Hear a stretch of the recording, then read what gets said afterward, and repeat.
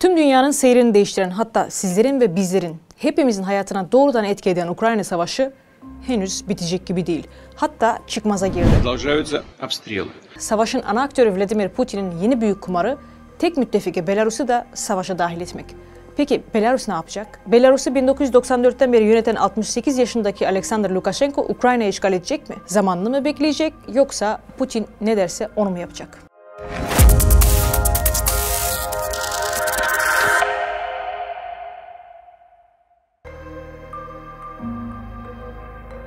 Мы категорически не приемлем никакой войны. Мы делали и делаем сейчас все для того, чтобы этой войны не было. Belarus'un başkenti Minsk, Kiev'den sadece 500 kilometre uzaklıktayken sınırın kendisi Ukrayna başkentinden 160 kilometreden daha az mesafede. Belarus sınırında sadece Belarus birlikleri değil, aynı zamanda geçici Rus hava üsleri de bulunuyor. Belarus sınırı Ukrayna'nın diğer büyük şehirleri Chernihiv, Lutsk ve Rivne'ye çok yakın. Coğrafya açısından Belarus'tan Kiev'e ve merkezi Ukrayna'ya yapılacak bir saldırı daha tehlikeli. Çünkü Çernobil, Rivne ve Kremenchuk nükleer santralleri de orada bulunuyor. Вопрос, кто виноват? Слушайте, потом разберемся, кто виноват. Каждый день гибнут люди. Давайте остановим войну и договоримся. Belarus ve Ukrayna arasındaki sınır büyük ölçüde ormanlardan ve bozkırlardan oluşuyor. Yollar şu anda muhtemel piyade saldırısına karşı Ukrayna ordusu tarafından aktif olarak mayınlanıyor. Belarus ordusunun gücüne bakalım. Sadece 45 bini asker ve kalan 20 bini sivil personel olmak üzere yaklaşık 65 bin kişiden oluşuyor. Bu sayıya iç birliklerden 12 bin askere ekleyebiliriz. İç birliklerin Lukashenko'ya sadık olduğunu belirtmek önemli. İç birlikler Cumhurbaşkanı seçimlerine hile karıştırdıktan sonra 2020'deki mitingleri dağıtmaya dahil olmuşlardı. Bunlar barışçıl, silahsız protestocuları vahşice dağıtan birlikler. Yüzlerce insan polis araçlarına atıldı, dövüldü ve tecavüze uğradı. Lukashenko'nun kıdemli subayları da sadık Sovyet zihniyeti üzerine kurulu ve büyük ölçüde eski Sovyet Cumhuriyetlerinin birleştirilmesi fikrine bağlılar. Aynı zamanda Belarus ordusunun çok fazla zırhlı aracı yok. Sadece 20'si iyi donanımlı ve modern olan çeşitli modifikasyonlarla sahip birkaç yüz T-72 tankı. Deposunda 30 MiG-29 avcı uçağı ve 22 Su-25 saldırı uçağı, 4 Su-SM ve 20 Su-27 avcı uçağı var ve şu anda savaşa hazır olma ihtimalleri düşük. Belarus'un Ukrayna'daki savaşa katılması Putin için bile riskli olabilir. Nedenini anlatacağım. Belarus birliklerinin Ukrayna'da savaşmak üzere seferber edilmesi ve konuşlandırılması Minsk'teki rejimi istikrarsızlaştırabilir ve bu Moskova için kötü bir haber. Belarus, Rusya'nın komşusunun tam ölçekli işgali için bir sıçrama tahtası işlevi görmesine rağmen son 8 aydır Ukrayna'daki savaşa doğrudan karışmaktan uzak durmayı başardı. Şubat ayında Rus kuvvetleri Belarus topraklarından Kiev'e doğru yürümüştü. Böylece Ukrayna hem kuzeyden hem de doğudan saldırıya maruz kalmıştı. Minsk ayrıca Ukrayna'ya hava saldırıları başlatmak için Rus askerleri ve havalimanları için lojistik destek, tedarik hatları ve tıbbi bakım sağladı. İşgal altındaki Donbas ve Kırım'a Belarus tankları ve mühimmat sevkiyatı yapıldığına dair haberler de var. Ancak bu ayın başlarında Belarus Devlet Başkanı Alexander Lukashenko ülkesinin Rus-Ukrayna savaşına katılabileceğini belirtti. Bu adım Belarus'un bugüne kadarki savaştaki rolünde önemli bir tırmanışı temsil ediyor. В последнее время наши отношения только усилились, укрепились.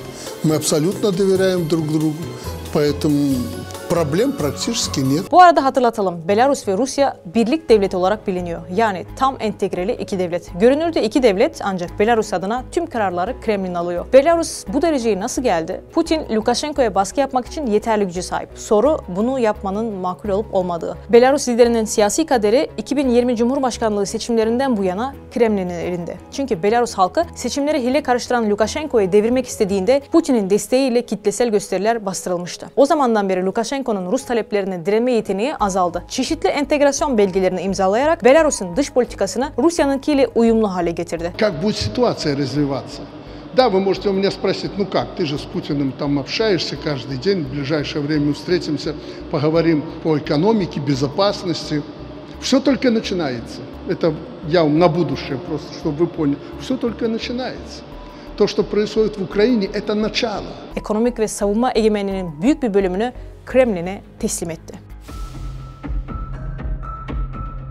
Putin, Belarus-Rusya ortak askeri komutanlığının oluşturulması için baskı yapıyor. Bu, Belarus'un daha önce asla kabul etmediği bir şey. Belarus birliklerinin sınır ötesi konuşlandırılması söz konusu olduğunda yalnızca kağıt üzerinde karar vermede söz sahibi olacak. Ancak uygulamada kararların Rus generalleri tarafından alınacak. Ancak savaş tecrübesi olmayan Belarus birliklerinin Rusya'ya ne kadar yararlı olabileceği belirsiz. Rusya'nın kendisi de Belarus sınırında yeni bir cephe hattı açacak çok sayıda iyi eğitimli ve donanımlı birliğe sahip değil. Ukraynalı askeri uzmanlar ayrıca Belarus'tan hareket eden bir silahlı gücü tespit ederse Ukrayna'nın önleyici bir şekilde saldırabileceği ve hedeflerin Belarus'un kritik altyapısını içerebileceği konusunda uyardılar.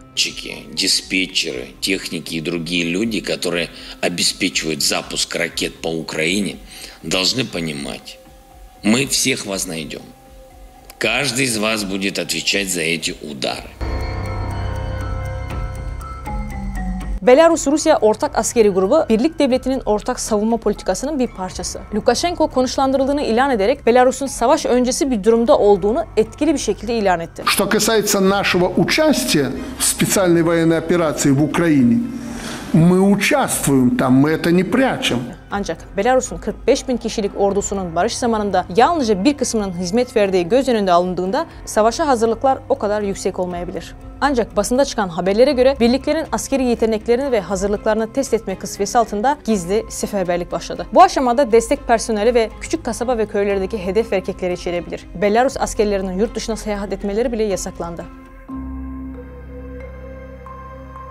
Ülkesinde seferberlik ilan etmek, Lukashenko'nun zaten düşük olan halk desteğini azaltabilir ve rejimini istikrarsızlaştırabilir. Sınıra asker göndermek veya Ukrayna'da savaşmak, Belarus Cumhurbaşkanı'nı Minsk'te onu koruyacak uygun bir şekilde eğitilmiş ve donanımlı bir ordudan da mahrum bırakacaktır. Ne de olsa kitlesel protestoları bastırmak için 2020'de bir dizi Belarus ordusu birimi seferber edilmek zorunda kaldı. Lukashenko birlikleri harekete geçirip Ukrayna'ya gönderirse Batı kesinlikle daha sert yaptırımlar uygulayacak ve bu da zaten mücadele eden Belarus ekonomisine zarar verecek. Bu, Belarus'taki zengin siyasi seçkinlerden Cumhurbaşkanı'ndan ayrılmayı teşvik edebilir ve halkta huzursuzluğu tetikleyebilir. Lukashenko, Moskova'dan daha fazla siyasi, ekonomik ve güvenlik desteği talep edecek ve bu da Putin'in dikkatini Ukrayna'dan uzaklaştırabilecek. Belarus'ta bir halk ayaklanması, en yakın müttefiklerinden birinin ortadan kaldırabileceği ve Rusya'nın kendisinde siyasi kargaşaya ilham verebileceği için Rusya devlet başkanı için de son derece tehlikeli. Kısacası Belarus birliklerinin Ukrayna'daki savaş alanında konuşlandırılması sahada çok etkili olmayabilir ve Lukashenko'nun düşüşünü hızlandırabilir. Lukashenko'nun kişisel motivasyonları ne olursa olsun savaşı olumsuz değerlendirmesi Putin'in Ukrayna'da yaşadığı sorunların altını çiziyor. Lukashenko her ne kadar da savaştan uzak durmaya çalışsa da Rusya'nın baskısı ağır bastı. Kremlin bunca riske rağmen tek müttefikini daha da zayıflatacak hamleye başvuracak mı? Kumar oynamaya devam mı edecek? Bu sorunun cevabı Kremlin'de. Ancak Lukashenko'nun Putin'le olan bağları onun en büyük sigortası iken şu an itibariyle en büyük riskine dönüştü. Tüm dünyanın seyrini değiştiren, hatta sizlerin ve bizlerin hepimizin hayatına doğrudan etki eden Ukrayna Savaşı henüz bitecek gibi değil. Hatta çıkmaza girdi.